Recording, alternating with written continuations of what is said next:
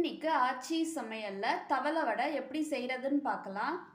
தவளை வடை செய்கிறதுக்கு பருப்பு அரிசி எல்லாமே நீங்கள் என்ன கப்பில் அளக்குறீங்களோ அதே கப்பில் தான் எல்லாத்தையுமே மெஷர் பண்ணி எடுத்துக்கணும். நான் இன்னைக்கு இந்த சின்ன கப்பில் தான் அளக்க போகிறேன். இந்த சின்ன கப்பில் 1 கப் போல் துவரம் பருப்பு அளந்து எடுத்திருக்கேன். அதே கப்லையே கடலைப்பருப்பு, அதே கப்லையே உளுத்தம் பருப்பு, அதே கப்லையே சாப்பாட்டு அரிசி, அதே கப்லையே பச்சரிசி, அதே கப்பில் பாசிப்பருப்பு அளந்து எடுத்து வச்சாச்சு.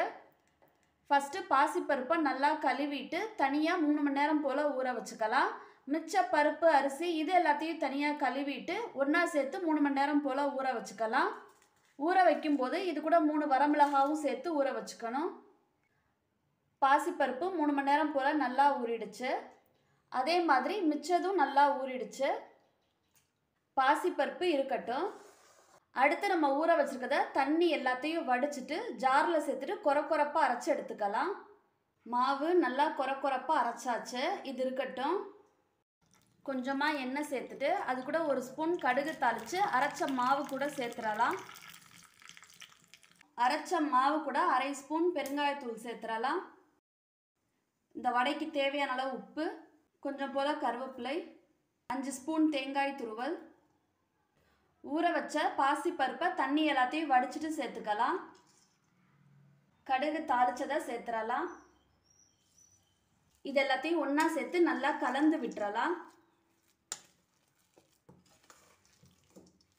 மாவு நல்லா கலந்து விட்டாச்சு. லிட் போட்டு க்ளோஸ் பண்ணிடலாம். இது ஒரு 1/2 மணி நேரம் போல் இருக்கட்டும். 1/2 மணி நேரம் போல் ஆயிடுச்சு. வடை தட்டிட்டு எண்ணெயில் சேர்த்துடலாம். கையில் எண்ணெய் இல்லைனா தண்ணி தொட்டுட்டு வடை தட்டிடலாம். ரொம்ப கனமாகவும் இல்லாமல் லேசாகவும் இல்லாமல் தட்டிக்கோங்க.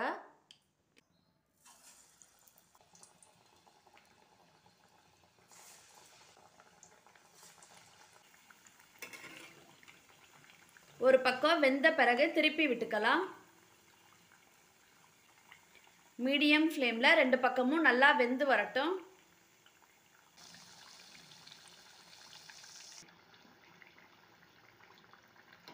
ரெண்டு பக்கமும் நல்லா திருப்பி விட்டு வேக விடுங்க. கருகிராமல் நல்லா செவந்து வெந்து வரட்டும். எடுத்துடலாம்.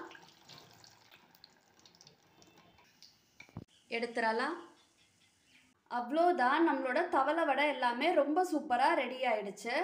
இது கூட தேங்காய் சட்னி வச்சு சாப்பிடும்போது இன்னும் ரொம்ப சூப்பராக இருக்கும். வெளியில் நல்லா கிறிஸ்பியாக உள்ள நல்லா சாஃப்டாக வந்திருக்கும். இந்த ரெசிபியை நீங்களும் உங்கள் வீட்டில் மறக்காமல் ட்ரை பண்ணி பார்த்துட்டு கமெண்ட் செக்ஷனில் எப்படி இருக்குன்னு சொல்லுங்கள். தேங்க்ஸ் ஃபார் வாட்சிங்.